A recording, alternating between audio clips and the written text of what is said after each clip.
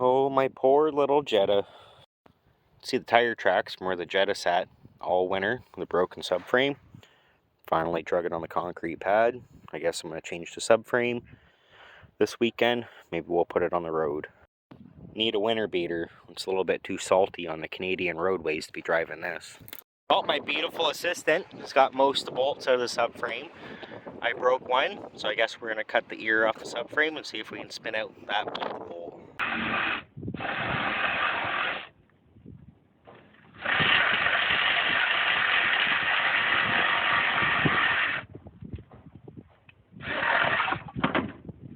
Cut the subframe off of that piece of pipe that goes in the middle so you can't crush it when you tighten the bolt. Set the torch in there, see if we can heat it up enough and spin it out with a pipe wrench. The fire out! Honey! Grab the torch! Well, we got it a little bit warm before we almost lit the car on fire. Now, she's starting to spin out. Definitely not the right way to do it, but if it's working, I guess we'll just go with it. Well, I knew this rubbed before, so I tied it out of the way with a piece of plastic.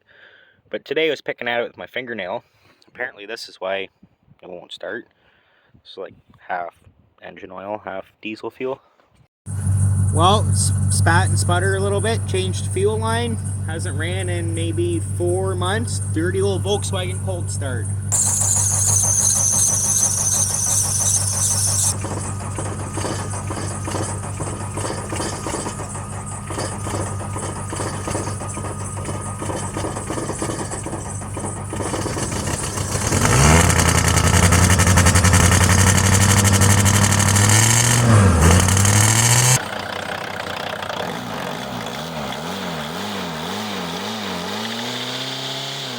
Oh yeah.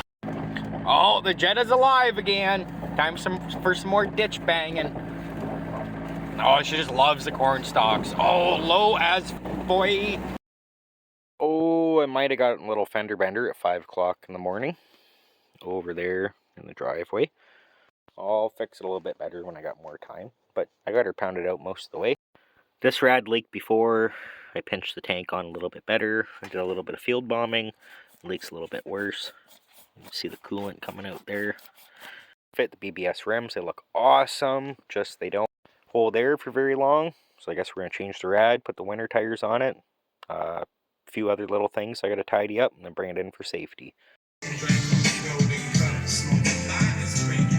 Get it into gear, and the only detention that happens is the car is got a detention. And then I get How to go pick up a motor that's laying on the ground 2 streets over with no cherry picker. There, got the free motor, go to the shop, hooked to my Volkswagen tractor, ready to tow her home. Well, the car's pretty hot, almost overheating. We made it home. Step bro, stop it. We got some dirty old double penetration going on here. Dump both in at the same time. How not to take apart calipers and clean them. mk2 Jetta.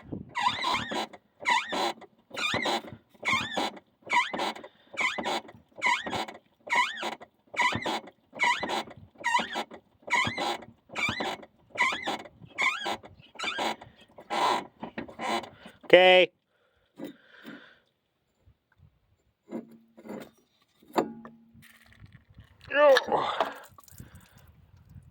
Ew. Well, I guess we needed a brake fluid flush anyway. Brought the calipers in the house, cleaned the piston and the bore with 1000 grit sandpaper, pushed them back together with a C-clamp. Couldn't get the boots back in perfectly. This one looks really bad.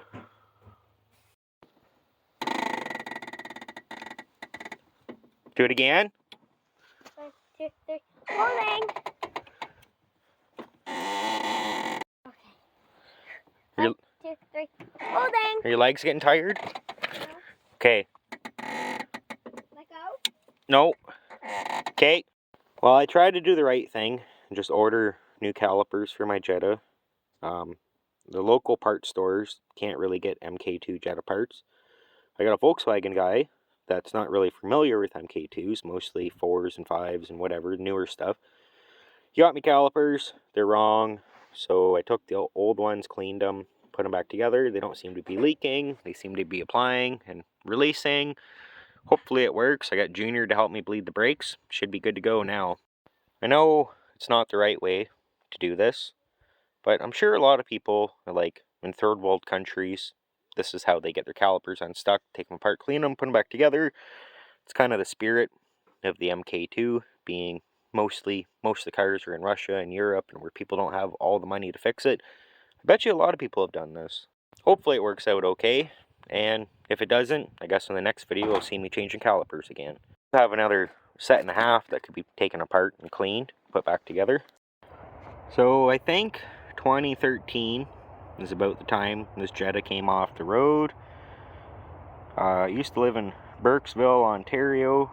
Lipsy David owned it, and there's been 2 owners before me. I bought and sold the car.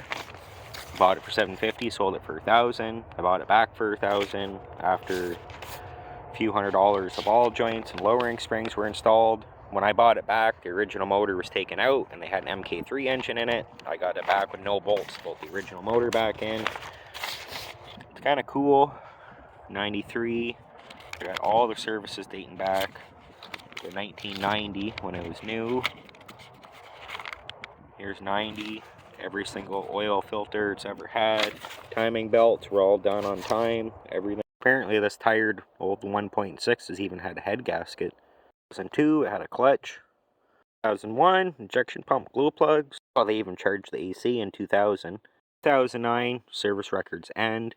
I have some receipts in here for winter tires and lowering springs and stuff. I did timing belt. So I think I'm going to add everything I did to it. I might as well keep this list going. There might be a few things left out from 09 to now, but I'll do everything that I know. Mold inside the car, but I bet you this folder's been in here since 1990. It's definitely getting pretty moldy. Really like to find a big bumper for the front of this car and fender flares. Make it original 1990, but they seem to be awfully expensive.